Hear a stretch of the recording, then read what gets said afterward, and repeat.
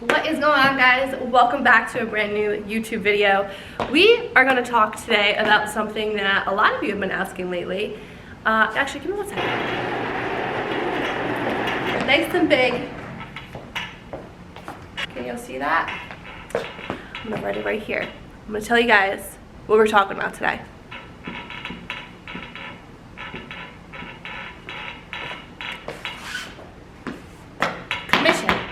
We're going to talk today about commission, and I feel like I'm teaching a class right now, writing on a whiteboard with a marker. A lot of you have asked, how do realtors get paid? How do we get paid? How much do we get paid? How does the breakdown work? What fees are included?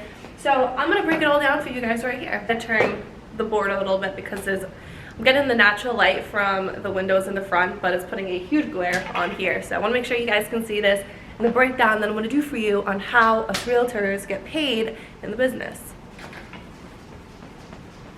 Also, did any of you get super annoyed in school when you had a teacher who used a whiteboard or even a chalkboard and they would write stuff down, and then when they would erase it, they would leave little marks because they didn't see it, and then the entire time all I could focus on was the little mark that they forgot to erase? I don't know why, that just made me think of it, but that used to really irritate me. But okay.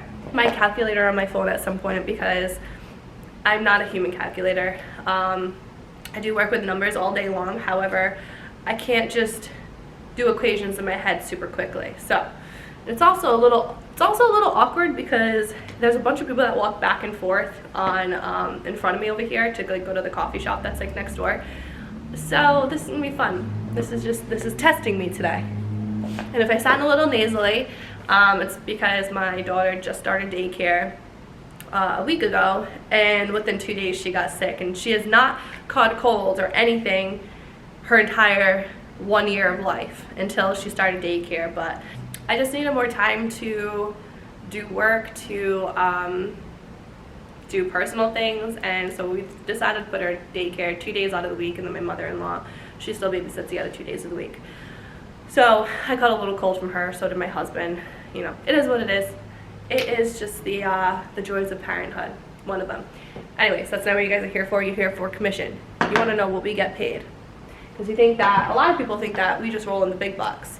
We roll in thousands and thousands of dollars, and we live this lavish lifestyle, and we get paid for pretty much doing nothing, right? Is that what a lot of people think? I'm sure it is. So let's do the whole breakdown and show you really what it comes down to commission wise. So let's say you sold a $500,000 house. Alright, so you sold a $500,000 house. Great. Now how does that equate down to your commission? So if you're the listing agent, you're the one who dictates what commission percentage that you are getting, and you also dictate what percentage you are giving the buyer's agent. Now, in some cases, most cases, you would hope that the listing agent is splitting the commission right down the middle, and you receive the exact same amount that the listing agent receives. Not many of us do that, solely for the main purpose of it costs a little bit more for a listing agent, and I'll get into that a little bit more in depth, but it does cost a little bit more for a listing agent to list a property when it comes to the marketing, the photography, and all of that, whereas the buyer's agent, they don't incur any of those fees. Obviously, all they have to do is show the property to the buyer, put the offer in, and then go through the steps and the motions to get paid at the end of the transaction. So a lot of the times, you know, the listing agent will take a little bit more, whether that be 0.5% more, to cover those additional costs that it costs them to list the property. But let's just say you're the listing agent and you charge a 6% commission. Alright, so 6% of $500,000 is $30,000. Seems like a lot of money, right? $30,000 for a realtor to sell a $500,000 home. Now let's jump down to how it breaks out to what you're actually going to net at the end of the sale. So $30,000, like I said, it depends on how you're splitting your commission. And we're splitting it down the middle to 3% and 3%. So 3%, obviously, if you're splitting that in half, now you're making $15,000 because you have to pay out the buyer's agent 3% of the deal. Now, with any broker, with any team leader, or team setting that you're in, you most likely are going to have fees that you're going to have to pay out of this commission, whether that be a monthly fee, whether that be a desk fee, whether that just be a brokerage fee, a transaction fee, insurance fee, whatever the case may be. Now I'm going to give you some rough estimates and some rough numbers. This is no way, shape, or form my split. I'm not going to put that out here. So $15,000. So now, you know, breaking this down. So at the end of the day, $15,000 to you. I feel like I need to go on this side now. Now, I'm going to use maybe a split that I had from my previous team. Alright, I just brought you guys just a little bit closer. Hopefully we can see a little better. Alright, but so say at this point now your gross commission is $15,000. Say that your broker takes a 10% brokerage fee. And all companies are different, all brokers are different, all team leaders are different. So your splits and everything like this are definitely going to be a little bit different, but just to give you kind of the rough estimate rundown like I've been saying. 10% of 15,000 is 1,500. So now at this point, netting 13,500, and now you're gonna have sometimes a transaction fee. Say your transaction fee is $200. So now net is 13,300. If you can see that, hopefully. So if we go here to make it a little bit bigger for you guys. Now you have your team split. So we're gonna say that this team split is 70-30. You keep 70, you give 30. Now, in a team model, sometimes if the lead came through from your team, meaning as like an online lead that was provided by your team, your split's going to be usually a little bit different than if you were to get the business yourself. So we're going to pretend that this was a referral or a family friend, and you were selling their $500,000 house. So the split is, say, 70-30. So that leaves us with $9,310 that you would actually walk away in pocket. Now, remember, as a realtor, as a 1099, you're not taxed on this $93.10. That is, well, you are taxed on it, but at the time of getting this paycheck from your brokerage, there's no taxes taken out of this. So you have to account for taxes and put that into a separate account, because at the end of the year when you file your taxes, you're gonna owe taxes on this money that you're making. So yes, that seems like a lot of money, $93.10 for a $500,000 house. You're walking away with that amount of money. Could be less, could be more, depending on the fees and the split within your brokerage. But, and this isn't accounting either the marketing that you did or the photos that you did. So typically my photos may run to like $250, and the marketing that I do, just depending on what it is. And then obviously your time and all of that. But we're gonna say here, $93.10. And a typical rule of thumb is 30% of that should be put away for taxes. So 30% of $93.10 is $27.93.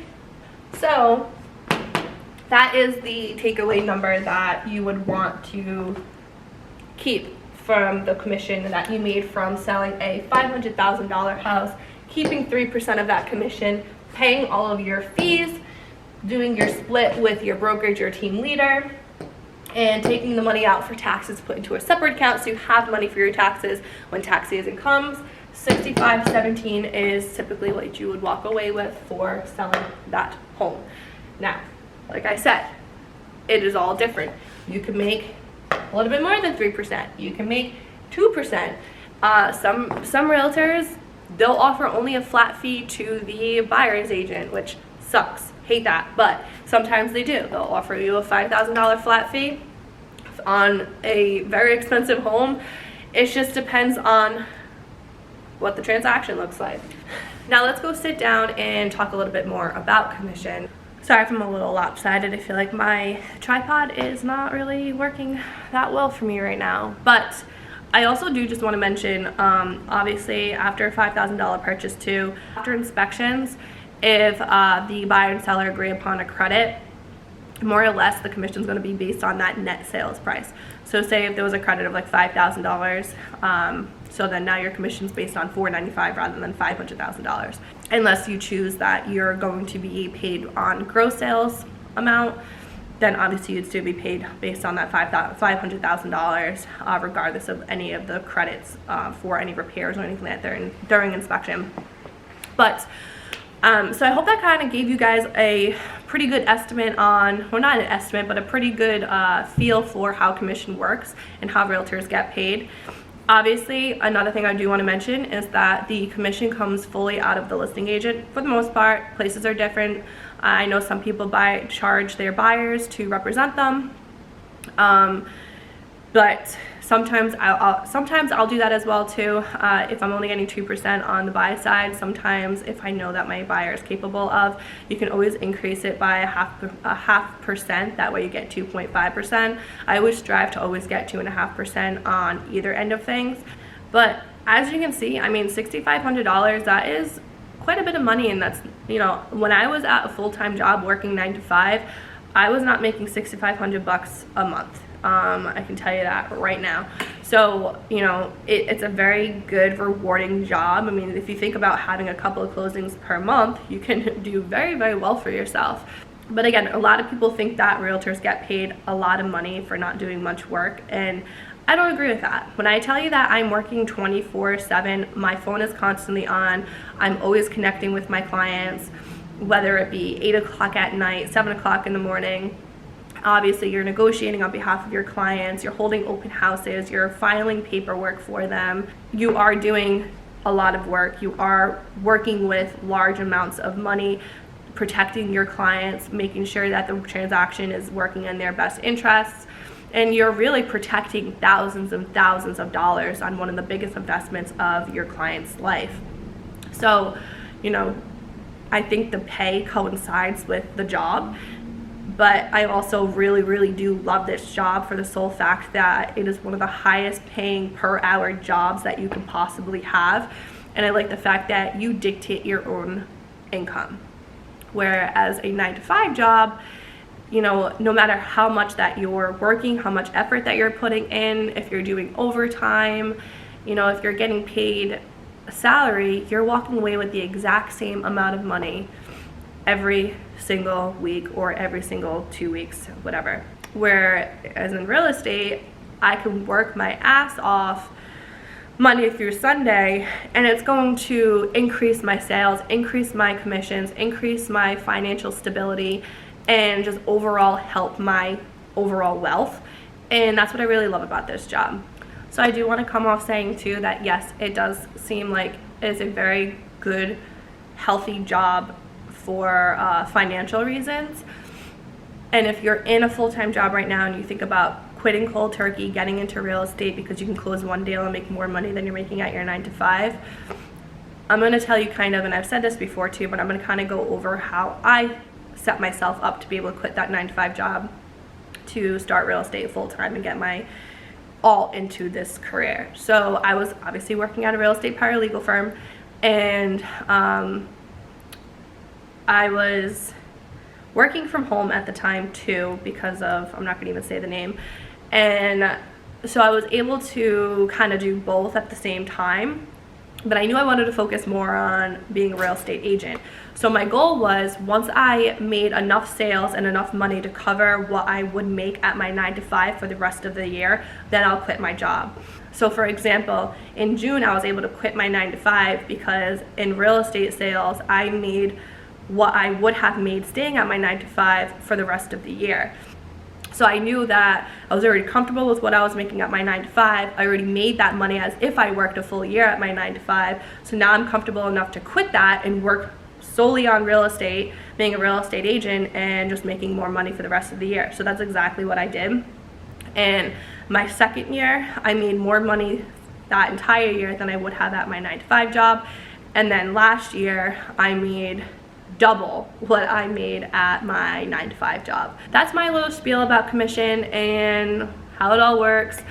I know it was a very, very common question that people just started actually like recently asking, so I figured why not, you know, do a full video on it. I hope the whole whiteboard rundown thing helped you guys a little bit to envision it rather than me just sitting here and talking to you. Sorry, I use my hands a lot too. I'm Italian, I can't help it. But yeah, I hope you guys really enjoyed this video, and I will see you in the next one.